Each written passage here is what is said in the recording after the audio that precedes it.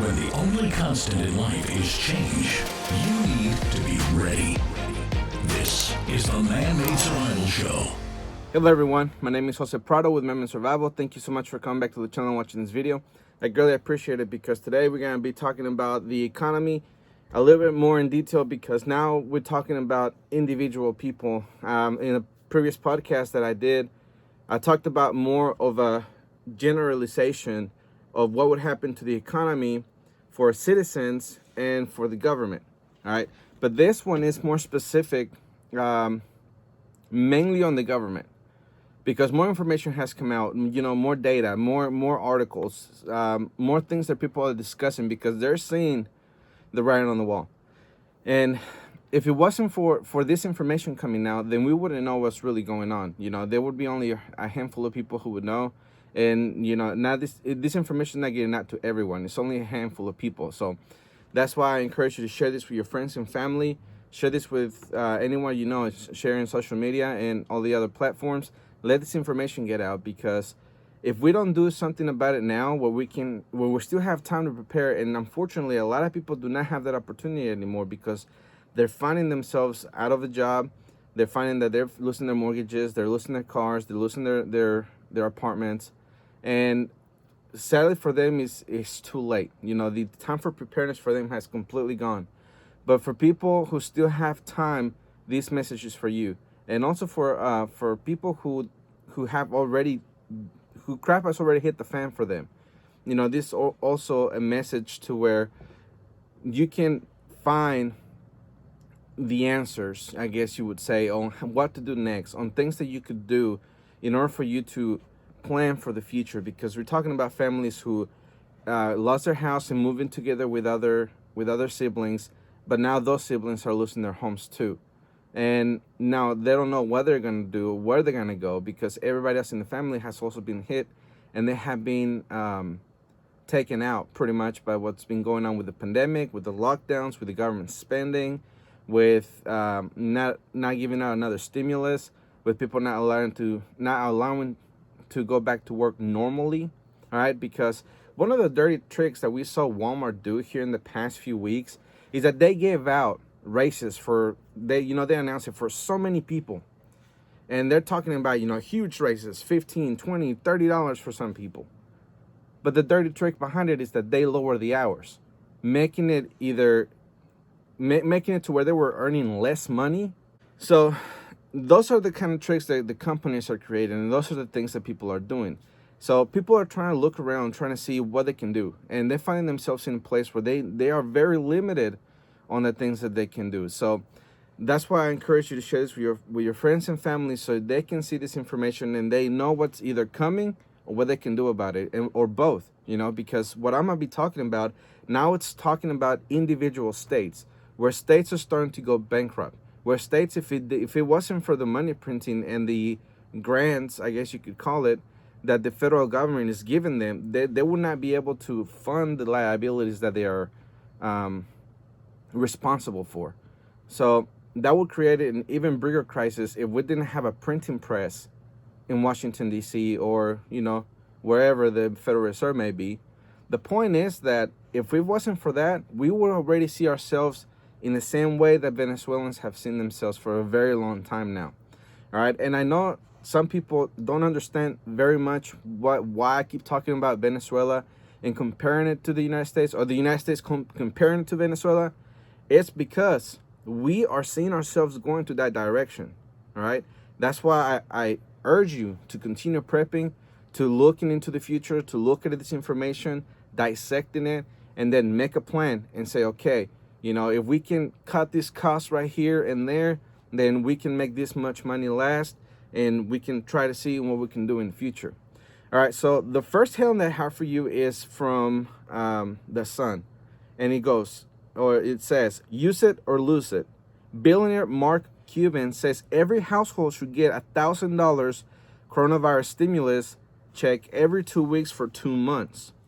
All right, so before I get into the article, when you look at it, a lot of people are going to look at it and say, that would be a great idea. All right, because when you do the math, over 2 months, that's $4,000. So $1,000 for some people is nearly not enough. For some people, it's going to be a lifesaver.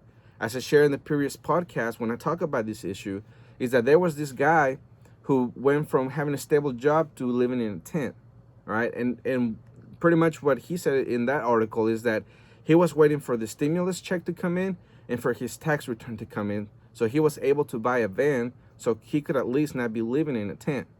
All right, so for some people, this is not enough to cover all their bills. For others, it's enough for them to actually be able to afford something to where they're not completely homeless. So the article goes on to say, billionaire Mark Cuban has said every household should receive $1,000 stimulus check every 2 weeks for 2 months for relief from the pandemic. Cuban spoke of two difficulties he said people are facing right now: being able to financially survive amid shutdowns and struggling to make ends meet. All right, I want to bring it back and dissect that one a little bit, because it's exactly what I've been saying. I've said that if it wasn't for the shutdowns, for the government regulations, for the CDC and everything, then people could get back to work normally. Restaurants could open full capacity. Grocery stores, whatever other sector that is suffering greatly, like travel and hotels and all those places, then it would be easier for them to actually go back to work. I've actually tried to look into making some type of event where people could come in, but my hands are tied because of the government guidelines. I cannot do that. I cannot just go rent a place and try to get people to come here or go to the event without having some repercussions from the government saying that if people get sick, then it's on me. So with that being said, the article goes on to say, those without help are struggling badly. Cuban told the broadcaster, we need to get them help. The Dallas Maverick owner added. The investor added that families should have to spend the check within 10 days, a move to stimulate the economy. For some people, that would actually be a really easy thing to do, because they're so far behind in their mortgages, they're far behind in their paying their trucks or their cars, their car note. They're behind on the power, they're behind on the water. Some people even have said that they don't even have a cell phone service anymore. So yeah, some people would be able to spend those $1,000 within 10 days just paying off bills. All right. So that kind of shows that he's trying to say that if you don't spend it in the next 10 days, then that means you don't need it. So it will be taken back. Now it goes on to say, and pay attention to this closely, because it's gonna go along with the next article that I have for you. It cost about $500 billion, but it will allow for demand for non-essential products and services to increase, hopefully keeping most businesses alive. As we learn what the impact of the reopening is on the spread and whether or not employment grows organically, Cuban tweeted in May.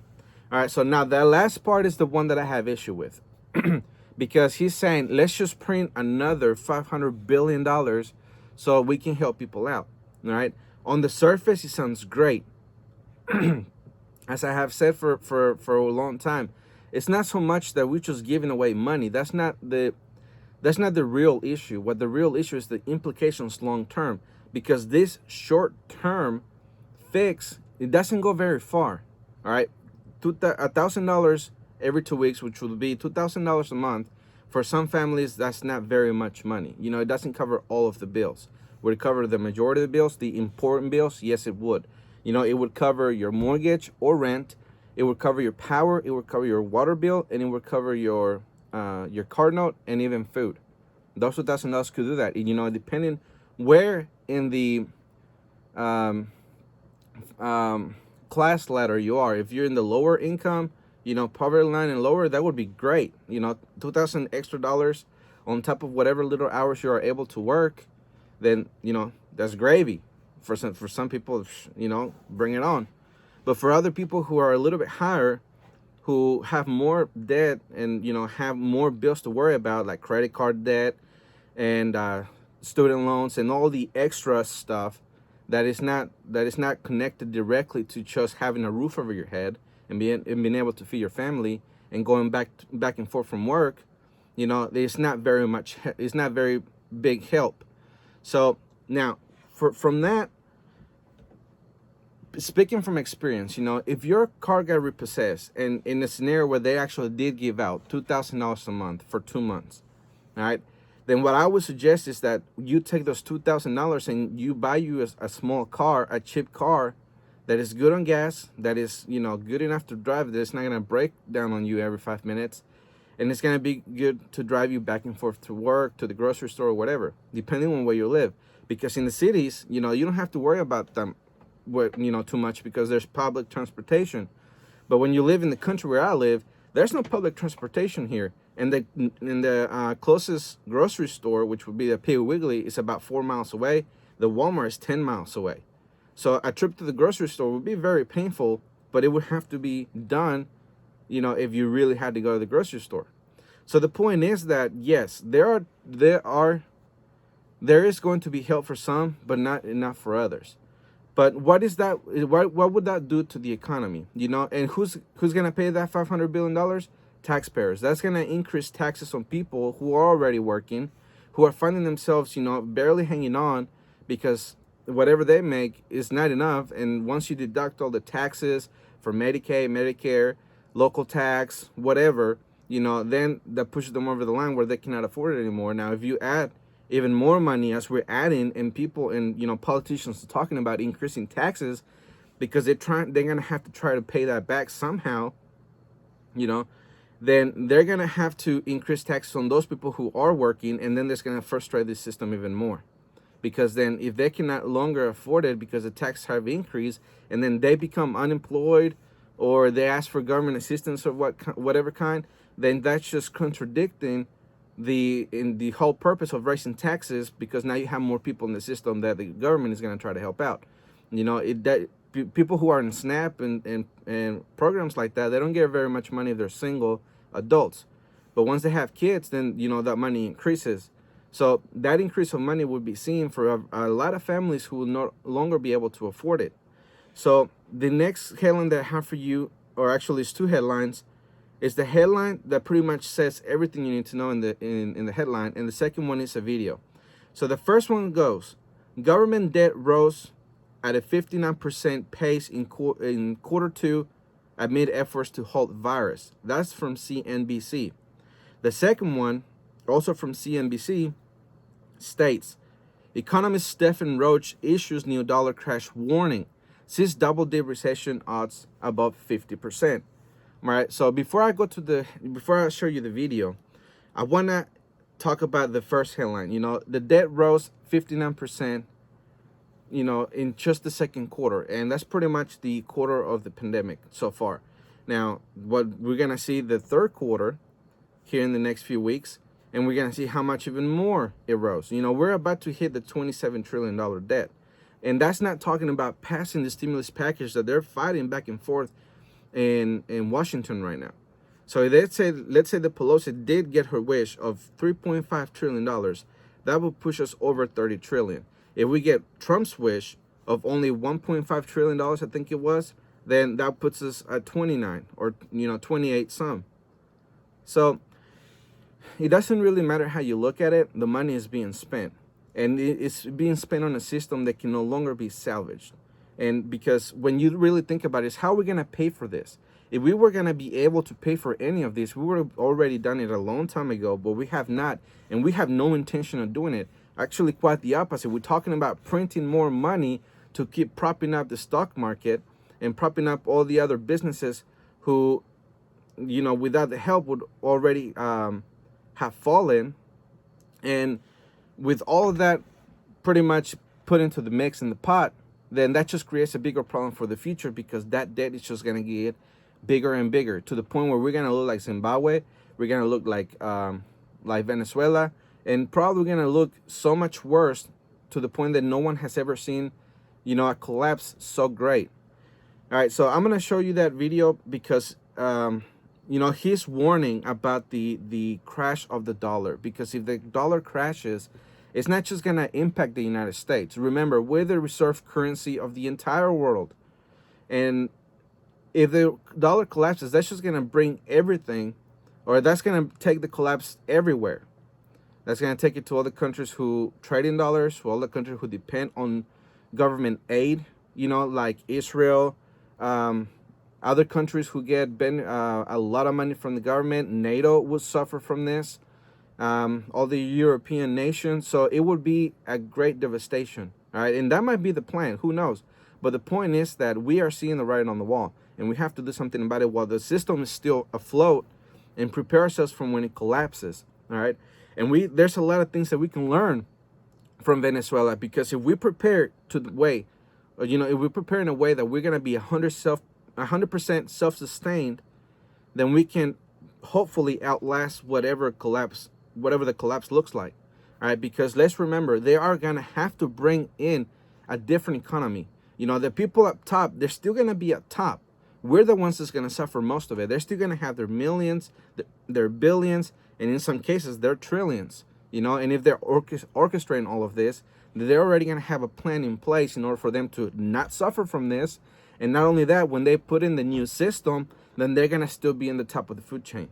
The ones that are going to suffer through all of this is going to be us, the people who, have to go to work 7 days a week. For us, they work a bunch of hours every single day just to stay afloat. Those of us who are the working class and lower, we're the ones that are going to suffer the most, all right? And we have to make sure that we get ourselves in the position to where we don't suffer as much as we would if we did not prepare at all. All right, so here's that video before I continue any further. Are you more convinced now than last June that the dollar is plunging? Obviously, it is lower now than where it was last June.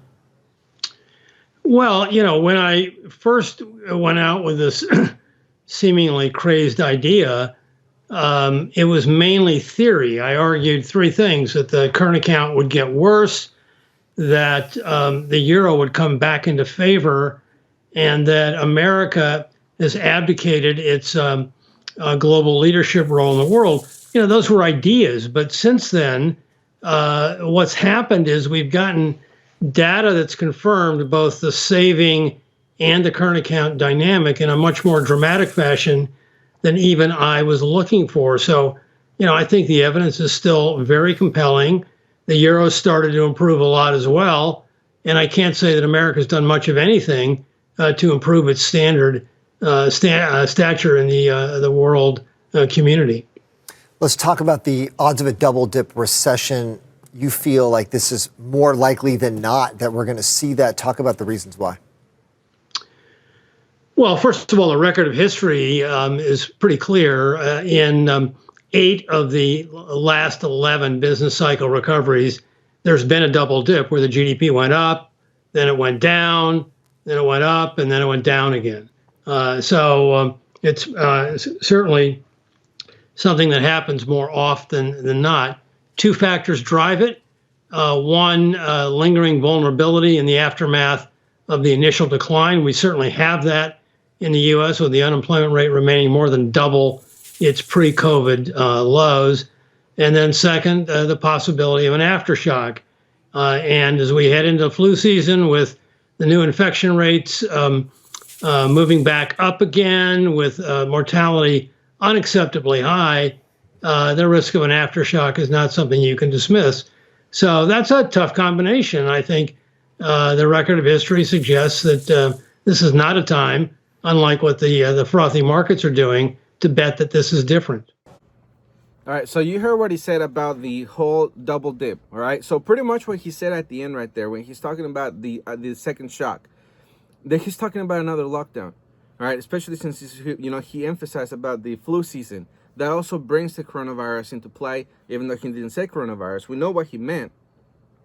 That this second lockdown that is either being planned, whether it's being orchestrated, whether it's going to happen or not, whether it's going to be Fauci enforcing all of this stuff, we don't know. But the point is that if it happens, he's talking about that it's going to give another blow to the economy.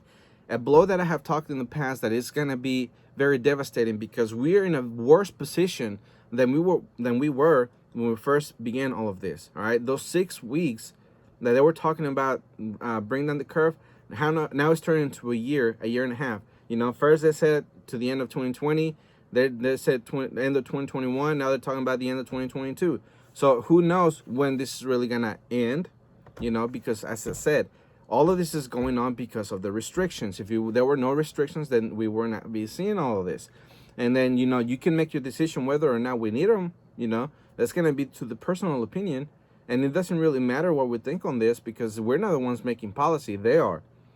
But in the end of the day, you have to prepare yourself and get this information and gather it and make sure that you have the best outcome. That's why it's important for you to keep up to the news of the things that is actually going on, and make preparations for it. Now, the next headline that I have for you is an enormous headline.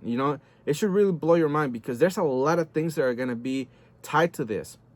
Not just the fact that the states can no longer afford their bills. All right, here's the headline from Zero Hedge. 39 states do not have enough money to pay their bills. It's not just the federal government running massive deficits and piling up enormous levels of debt. 39 U.S. states don't have enough money to pay all their bills. That was the grim conclusion of Truth in Accounting's annual financial state of the states report.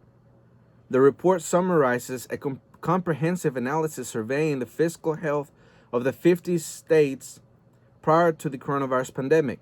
Total debt for all states combined totaled $1.4 trillion at the end of fiscal 2019. This does not include debt related to capital assets. Quote, most of the states were ill prepared for any crisis, much less one as serious as what we are currently facing, end quote. The surging levels of the state debt will probably end up piled on top of the national debt. All right, so why is that a big deal? There's very many reasons why that's a big deal, because a lot of people, all right, when you look at the map of the people who are, or the map that shows the states that cannot pay their bills are mainly states, for one, with a lot of population, and two, they depend a lot on the government helping them out with their bills, whether it's food stamps, whether it's housing assistance, whatever the case may be. Those are the states that are more focused on helping people out. We know California gives out pretty much everything as free as it can, as it can afford. They give free housing benefits for food stamps. They give free college. They give free everything. They give incentives for you to own a Tesla. They do all those things. Other states, some southern states that are more poor, the main thing that they help out is with food assistance and housing assistance. Now, what would happen if all those states, all at once, all 39 of them, were not able to help no one else, because that's included in their bills? Them giving out the money in order for them to be able to pay for unemployment, to pay for food stamps, to pay for medical assistance, to pay for housing assistance, and for everything else that they pay, not including the pensions and everything else, that comes out of the state's budget. And if they don't have the money for that anymore, then what is it going to look like when you have so many people? Right now, there's 38 million people who use food stamps. This is according to cbpp.org. It says the Supplemental Nutrition Assistance Program, which is SNAP, formerly known as food stamps, is the nation's most important anti-hunger program, reaching 38 million people nationwide in 2019 alone. So what would happen if suddenly 38 million people were not able to get food assistance? What we have seen in the past months now, it's months, is that people are relying a lot, very heavily, on food banks. Now, that is the people who who couldn't, qualify for food stamps because they were making a lot more money. We can see how much money they were making by the vehicles they're driving. There's some $50,000-$60,000 trucks going through there, SUVs, hatchbacks, whatever. We see them. I see them in the videos, and it's like, well, man, they have a really nice car, and they're in the food line. Yeah, because they lost their job, and they have however long before they have to pay that bill. And as I shared here in the past with some of the people who were going through the line, they said that getting the help from the food bank, that relieved some bills, some money, for them to turn around and pay something else. whether it's their mortgage, whether it's their car note, whatever the case may be. That help comes from them, and that's helping a lot of people. Also, the assistance has increased by 3 times more than they used to do. Some place averaging over 1 million meals a month. So what would happen if you add those 38 million people to the food bank, because the governments could no longer afford to give out food stamps to all the families that need it? All right, so that would create very many different things. If we have the economy, for one, going to the bottom, going to the toilet, and then we have hyperinflation increasing because of all of this, because of all this spending that we're doing, and we have no real plan to pay it off if we're even willing to do it, and now what is that going to do to all these other people who are going to suffer through all of this? It's going to increase the price of food. They're going to create rationing in the government. We could see potentially a famine as well, because we would not be able to afford anything, as we have seen in Venezuela. They were going exactly through the same thing. The reason they had famine, they had food shortages and everything, is because the farmers, the ranchers, and everybody else in between could no longer afford to process the meat. They could no longer afford to run the tractors to be able to pay to get the food out of the ground and take it to the grocery stores.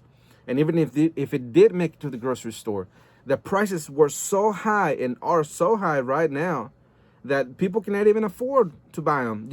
For some people, they have to work an entire month just to get some eggs.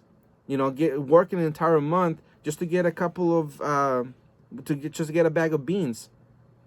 Something that some people in America would call a meal, in Venezuela, it's a meal for the entire month. So that's why it's important for us to get prepared through all of this.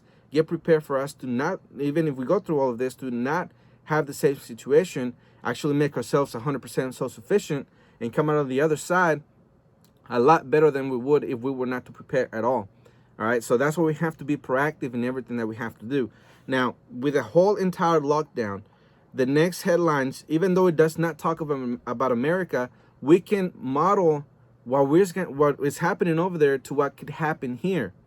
All right, so in England, as I mentioned in the past, they're about to go into a second lockdown. All right, they're hinting about it. They're telling people to be more, I guess you can say, more responsible about wearing masks and hand sanitizing and everything. That people pretty much freaked out, and they went and they started panic buying again. Again, for some reason, they're buying the toilet paper. But the point is that they're doing it again. Now, that very quickly made the grocery stores to halt all of that, which is my next headline. More research starts rationing items amid fears of second wave panic buying. That's from metro.uk.co. All right, so they're seeing it, and they're stopping people from panic buying again. Again, I want to say that if you already had everything that you need at your home because you stockpile, right? You have a plan in place for you to be self-sufficient through an emergency that could last potentially several years. You would not find yourself at the grocery store panic buying too. One thing is getting, things that you would need that are still available and you still have the money for, as opposed to going in there and you have nothing in your pantry, you have nothing in your stocks, in your food stocks, so you're in there panic buying with everybody else. People did not learn from the first wave of lockdowns. They did not learn from the first wave of rationing, and since things got a little bit better, where they were no longer rationing food, and things felt a little more normal, people stopped. They didn't no longer buy anything extra. And now that this has been brought upon them again, then they panic buy one more time. There were articles that were out there making people feel silly for stockpiling, for preparing. And now, and those people that did listen, they felt silly themselves for actually panic buying, for trying to stock up and all those things. And then now they find themselves again in the same position. Now, I hope they learn their lesson from what's happening again, and then they will prepare for the future. All right, so as I've mentioned in the past, this entire thing with the debt, with the debt of the United States, with the money printing, with the stock market being propped up, with us flooding flooding the banks with liquidity and everything, you know, it's making things worse around the world. And I've told people that rich people are going to leave the country when they see that they no longer can live here, right? When it gets dangerous, when the hyperinflation happens, when they can see that the government is trying to tax the crap out of them into total oblivion, they're going to leave, all right? And in Venezuela, the people who were upper middle class and higher, they're the ones that fled the country. They got out of there so quick. You know, some of the wealthiest people in Venezuela left their plants after the government took over anyways. They took everything and they just left. And the people who couldn't afford to go anywhere, you know, let alone buy any food, or, you know, people who couldn't even buy food, let alone go anywhere, they're the ones that stayed. Even if I said that correctly. Anyways, you know what I'm saying. The point is that this getting global. This is gonna go everywhere. All right. And remember, I said that you're gonna have to choose where you're gonna spend the apocalypse. So make plans accordingly. Here's my next headline.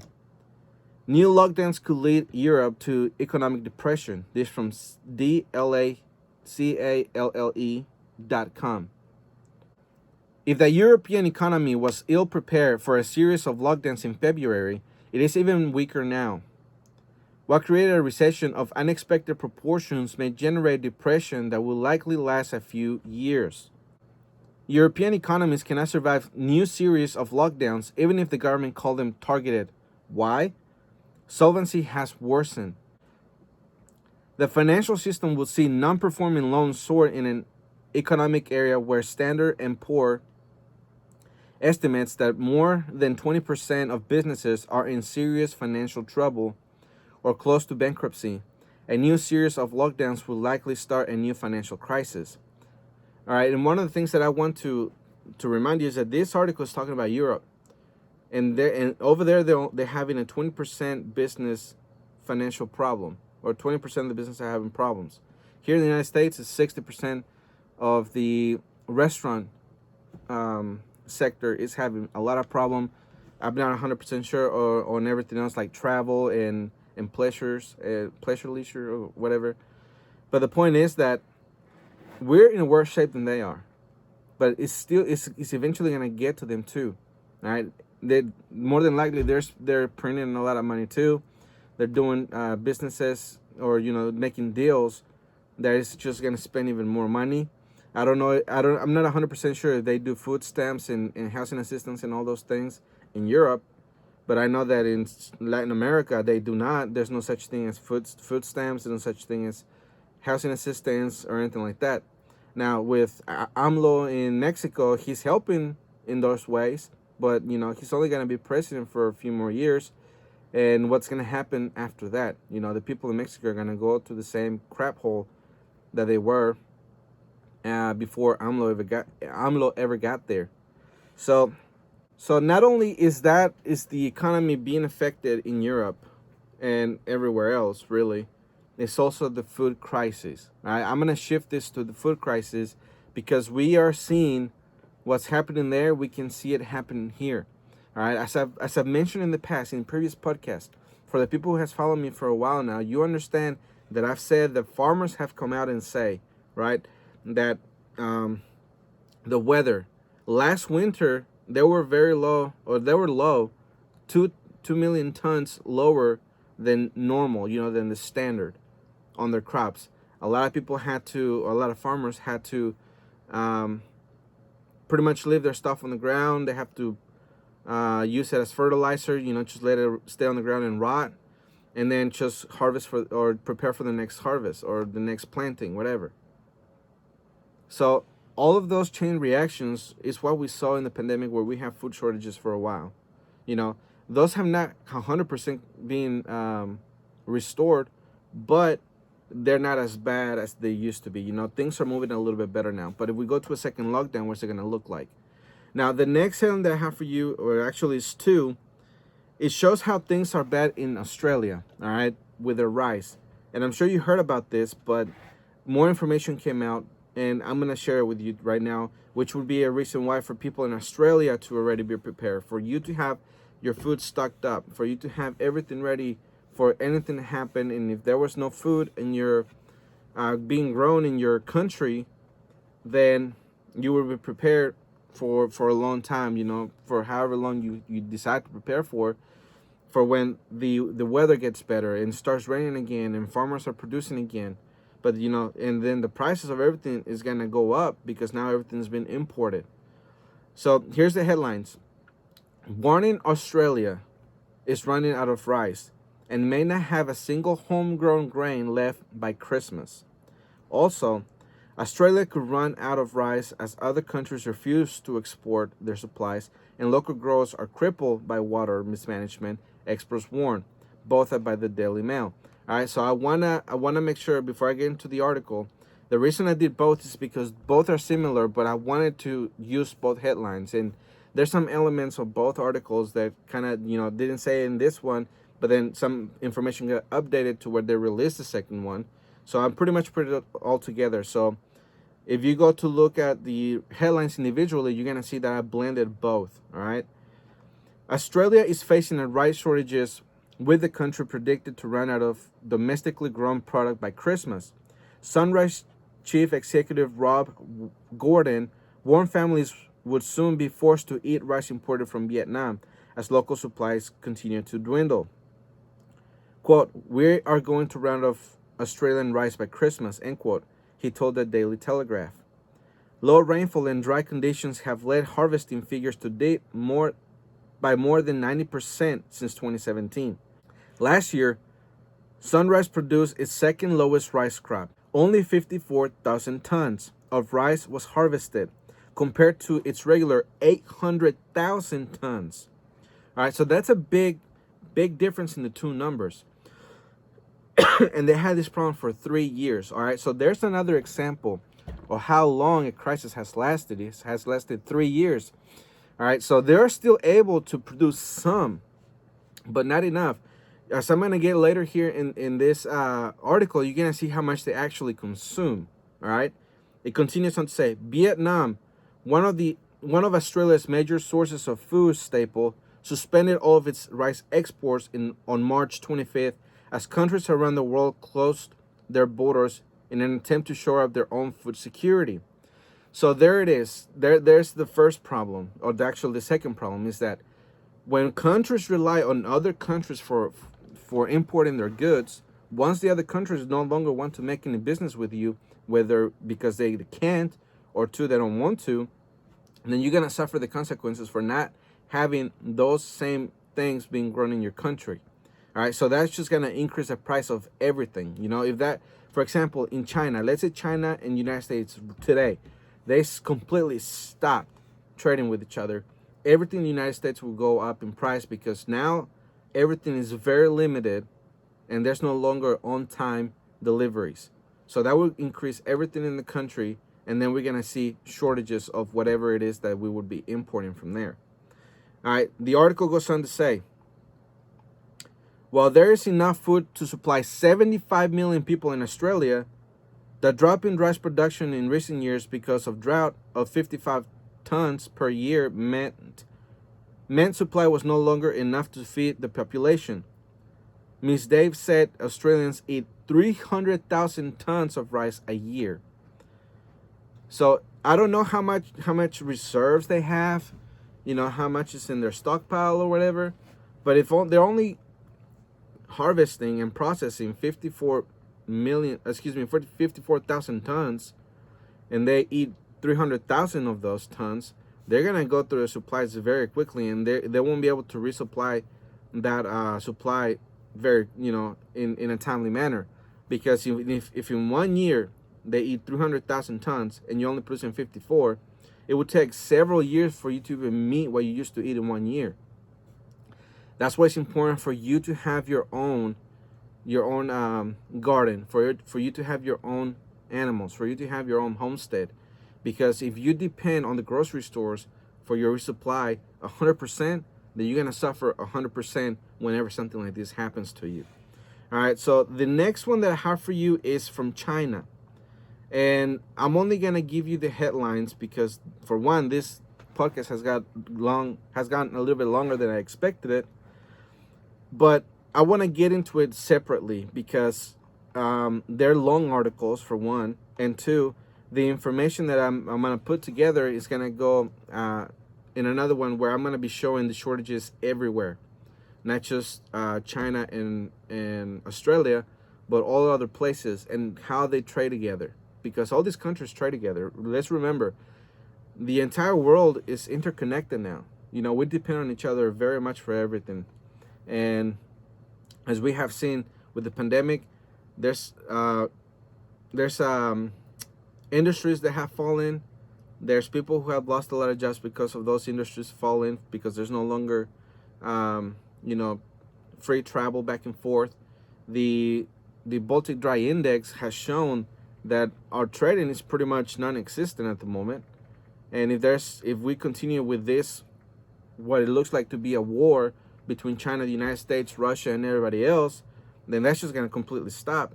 All right. And now that I think about it, now that I'm making that point in my head, if we expect, or no, hold on, let me rephrase that. If Australia depends on Vietnam for them to get the rice, because even though Vietnam said they're not going to export anything, the Australian Prime Minister called and said, hey, we got to need your help. As far as I know, they said that they were going to help. But the point is that if they didn't, Australians will find themselves in rice shortages. Of course, that's not the only thing you eat, right? We don't just live off rice. But that's just a small problem, or that's just a problem that we're seeing that's going to create even more problems later on.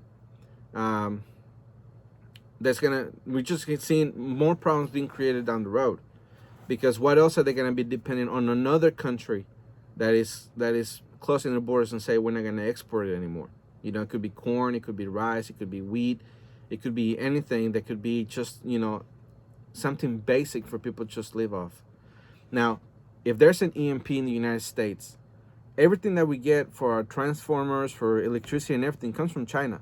If we're at war with China and they're the ones that knock out our grid with an EMP or a a cyber attack, then they're not gonna give us the stuff that we're gonna need, because we're technically at war. They're not gonna just say, yeah, here you go, even though we just knocked it out. Here, we're gonna send you the transformers that you need. All right, and let me remind you that for us to be able to get big cities back on track would take a couple of years. But they're estimated about a year and a half or 18 months. But in those 18 months, the Congress, the EMP Commission, has said that just within that time period, where it will take them to send and actually start establishing the grid again, over 90% of the country will perish. Right? So that's why there's very many things that you have to prepare for that all have the same common denominator, the supply chain. All of this has boiled down to the supply chain, because if the exports stop, the imports stop, and people are just finding the grocery store panic buying again, and then they ration you to where you cannot get anything more than just the one item at one time, then you're gonna find yourself in a world of hurt. All right. So again, for people who do not prepare, they're gonna suffer 100% from whatever comes later on. All right. So that's why I encourage you to prepare. Now, real quick, the preparedness of all of this. All right. I hope you stayed all the way to the end. I hope you stayed through everything that I just pretty much rambled on.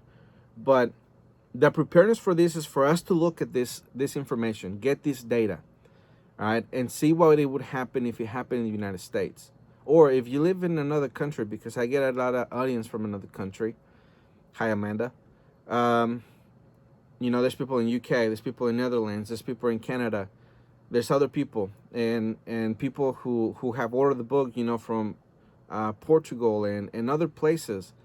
This information also applies to you. The supply chain in your country would be the common denominator for whatever you're trying to prepare for. So that's why I tell people that they have to look at the supply chain as the center of attention in their plan, in their preparedness, because that is the one thing that it doesn't matter what you prepare for it. It all boils down to having the food supply chain, or just the supply chain in general, being taken away. And the way that I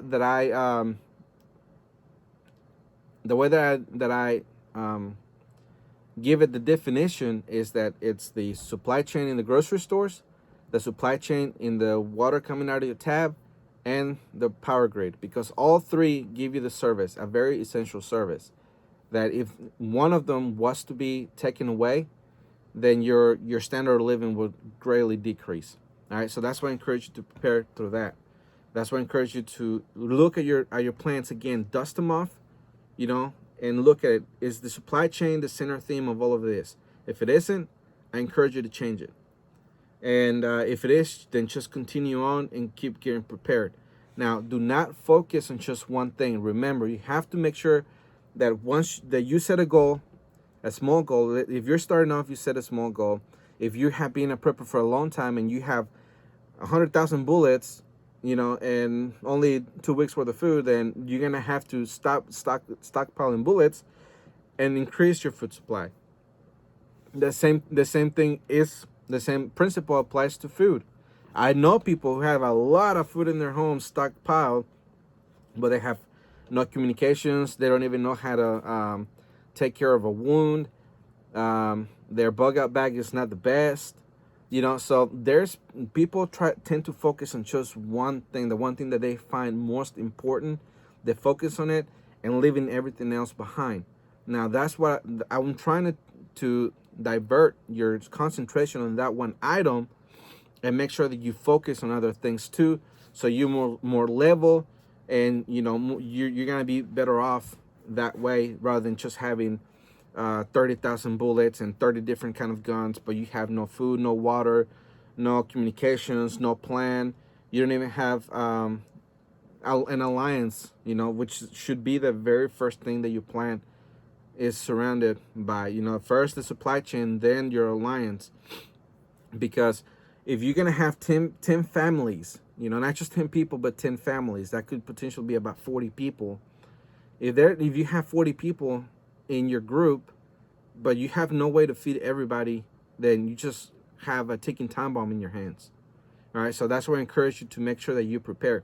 Now, I want to leave things here. Oh, did I even give you the headlines?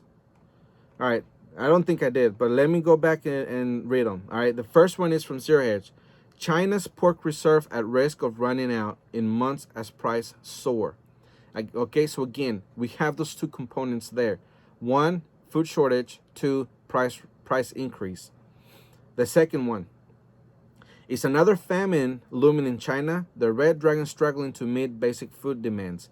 This from strangesounds.org. All right, and pretty much the theme of this that they're putting in their article, which is a really good article. I encourage you to look it up. It tells you the things that they have lacking there, that food prices are going up, government restrictions are there. Very soon they're probably going to start rationing food. So for the Chinese preppers, you have to make sure that you have everything in place before anything happens. Now, when you're in a place like China where they can just come in and take anything they want, is that going to be something beneficial for you? If there's such a thing as a very rural area where you can live off and be okay, then I encourage you to do it, instead of being in the big major cities where a couple million people live. But anyways, again, I want to leave things there because this has already ran about an hour. And I want to remind you about our sponsor, our very first sponsor that we have for the show. It's GreenMedicineEncyclopedia.com. Green Medicine Encyclopedia is a science-based encyclopedia providing research evidence for nutritional medicine and natural health therapies. We partner with Green Medicine Works to bring you the best medical encyclopedia money can buy. In case you have a capacita fan scenario or an incident where you require immediate medical attention, this encyclopedia is filled with cures and remedies for all kinds of ailments. When the supply chain stops and there's no more pharmacies or doctors, you'll be glad you bought your own copy of Green Medicine Encyclopedia. Man-Made Survival Preppers get a special $40 discount with the coupon code Man-Made Survival. You know, you can go to greenmedicinencyclopedia.com and you can put a coupon code there. You can go to the manmansurvivalstore.com and you can find the product that we have there. But you have to make sure you read the description. Click the link that's on there. It's just going to take you to Green Medicine Works, or Green Medicine Encyclopedia, I'm sorry. And, you know, that works through with our coupon code. So either way you want to go is the same. It's pretty much the same end result, and that's pretty much it. I also encourage you to go to Amendment Survival Store for you to get everything you need for your preparedness. We are looking into the store and making it a little bit better, changing a few things. So I encourage you to check it out once we're done.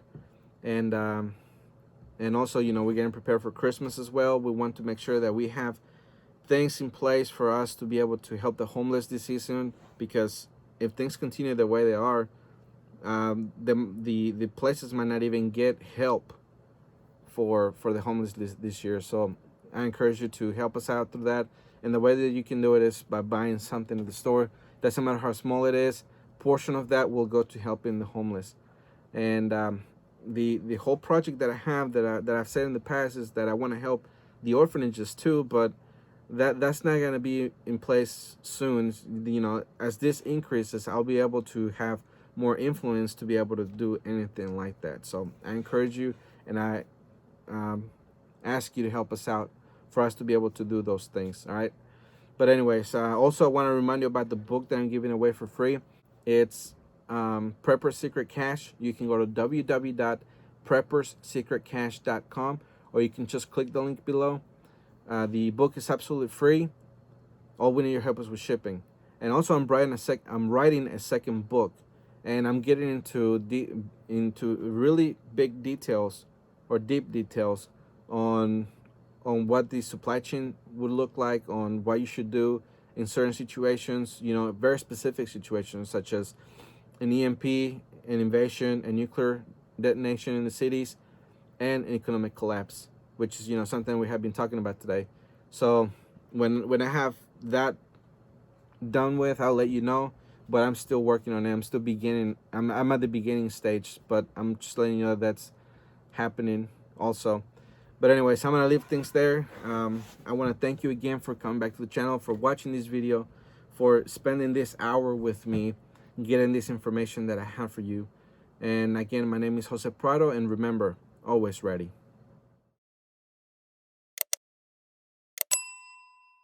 The Man-Made Survival Show.